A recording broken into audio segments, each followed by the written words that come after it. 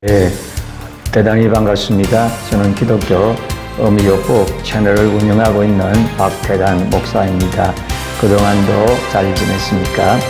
오늘 이 시간에는 기도해야 할 때라는 제목으로 함께 생각을 해보려고 합니다. 우리가 신앙생활을 하는 데 있어서 물론 중요한 일들이 많습니다.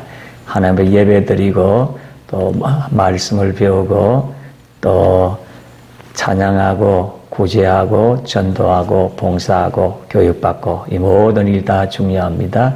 그러나 신앙생활 가운데 기도 생활은 굉장히 중요한 것입니다. 왜 그렇습니까? 기도는 영혼의 호흡입니다. 기도는 하나님과의 대화입니다. 기도는 하나님의 능력을 받는 통로가 됩니다. 기도는 하나님의 보좌를 움직이게 됩니다. 기도는 겸손의 표현인 것입니다. 그 외에도 기도의 중요성은 여러 가지가 있습니다. 그러면 우리가 언제 기도해야 됩니까? 물론 성경에는 쉬지 말고 기도하라 이렇게 말씀을 하고 있습니다. 우리가 어느 때든지 숨을 쉬어야 하듯이 영혼의 호흡인 기도는 항상 해야 되어지는 것입니다. 그러나 특별히 우리가 기도해야 될 때가 있습니다. 그때가 언제입니까? 우리가 인생을 살다 보면 힘들고 낙심되는 일들이 있습니다. 그럴 때는 우리가 특별히 기도를 해야 되어지는 것입니다. 사람들은 질문합니다. 왜 예수 믿는 사람들에게 낙심되는 일이 다가오느냐고 질문을 합니다. 예수님 잘 믿고 주님 뜻대로 살려고 하는데 왜 이런 환난, 고난, 시련, 고통이 다가옵니까? 이러한 질문을 많이 합니다. 근데 우리가 물론 여러 가지 원인이 있을 수가 있습니다. 또 자신이 실수해서 그럴 수도 있고 또 하나님의 뜻과 계획이 있어서 그럴 수도 있고 혹은 다른 사람이 잘못해서 그럴 수가 있고 혹은 국가가 잘못해서 그럴 수도 있고 여러 가지 원인들이 있습니다. 그러나 우리 자신을 되돌아볼 때에 하나님께서 우리로 하여금 기도에 훈련을 시키시는 계기가 되어진다는 것을 기억을 하게 되시기를 바랍니다. 그것은 우리 자신도 말할 것도 없고 우리 주위에 있는 사람들을 보아서도 마찬가지인 것입니다. 그래서 우리가 이러한 낙심되고 힘든 일을 당했을 때에 우리가 더욱더 기도해야 되어지는 것입니다. 낙심이 될 때 만사를 제껴놓고 우리는 기도하고 부르짖어야 되어지는 것입니다. 야고보서 5장 13절에 너희 중에 고난 당하는 자가 있느냐? 저는 기도할 것이요. 즐거워하는 자가 있느냐? 저는 찬송할지니라. 이렇게 말씀을 하고 있습니다. 특별히 고난을 당할 때에 기도해야 된다. 이렇게 말씀하고 있습니다. 하나님은 오직 기도하는 사람과 같이 하십니다. 기도할 때 우리 생애 속에 들어오셔서 하나님께서 역사를 하시는 것입니다. 너희는 내게 부르짖으라 내가 네게 응답하겠고 크고 은밀한 일을 내게 보여주리라. 이렇게 예레미야 선지자를 통해서도 말씀하고 있습니다. 그러니까 우리가 고난당하고 낙심당할 때 사람들을 찾아가서 자꾸 동정을 받으려고 해서는 안 됩니다. 사람에게 위로를 받으려고 해서도 되어지지 않는 것입니다. 사람들은 낙심하고 버림받은 자 편에 서지를 않습니다. 그리고 원망하고 탄식하고 들어눕는다고 해서 문제가 해결되는 것은 아닙니다.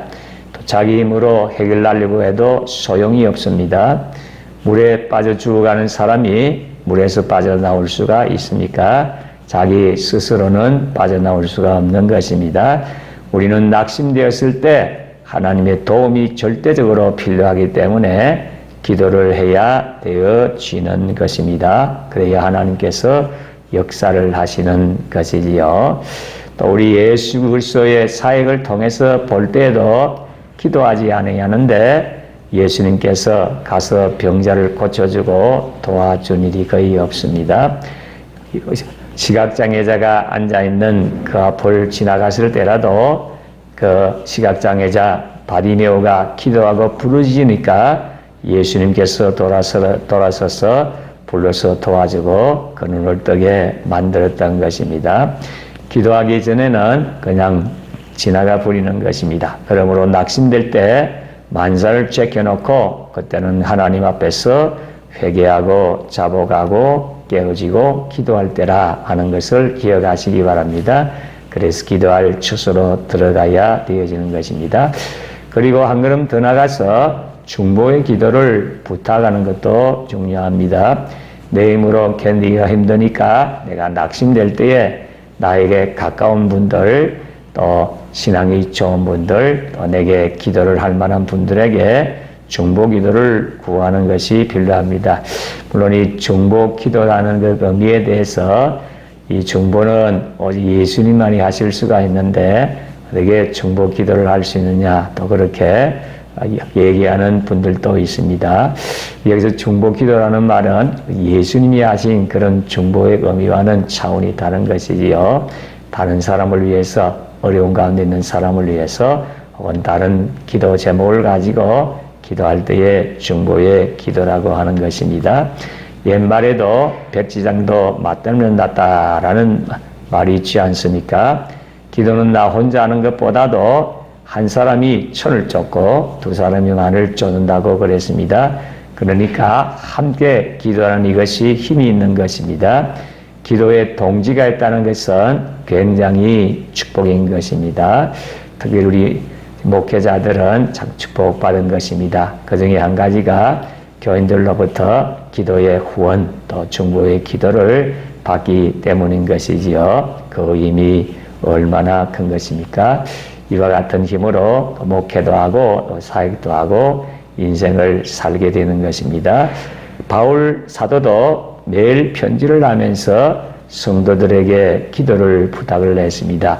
자기가 개척해서 자기가 구원시킨 사람들에게 늘 기도를 부탁을 했습니다. 그래서 이러한 중보의 기도의 힘으로 그 사역을 감당했던 것을 볼 수 있습니다. 이스라엘 사람들이 사무엘 선지자에게 중보 기도를 부탁한 일이 있습니다. 당신은 우리를 위하여 우리 하나님 여호와께 쉬지 말고 부르짖어 우리를 블레셋 사람의 손에서 구원하시게 해달라. 그렇게 사무엘에게 중보의 기도를 부탁을 했습니다. 중보의 기도는 너무나 큰 힘이 있기 때문에 특별히 내가 낙심되고 어려울 때는 내 스스로 기도할 힘이 생기지 않을 경우가 있습니다. 아주 절망 상태에 있을 때 기도를 잘할 수 있는 사람, 기도를 할 만한 사람에게 부탁을 해서 날 대신 기도해 주도록 하는 일이 필요한 것입니다. 그러면 하나님께서 중보의 기도를 들으시고 여러분에게 도움의 손길을 베풀어 주시는 것입니다. 지금 여러분들의 기도 생활은 어떻습니까? 낙심하고 좌절 가운데 주저앉아 있습니까? 그렇다면 힘을 내어서 다시 한번 하나님 앞에 부르짖어 기도하시기를 바랍니다.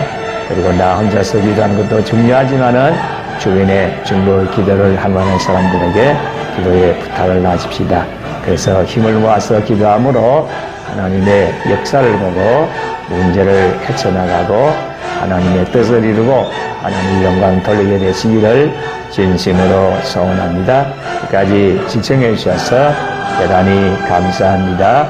다음 영상에서 만나도록 하겠습니다. 감사합니다.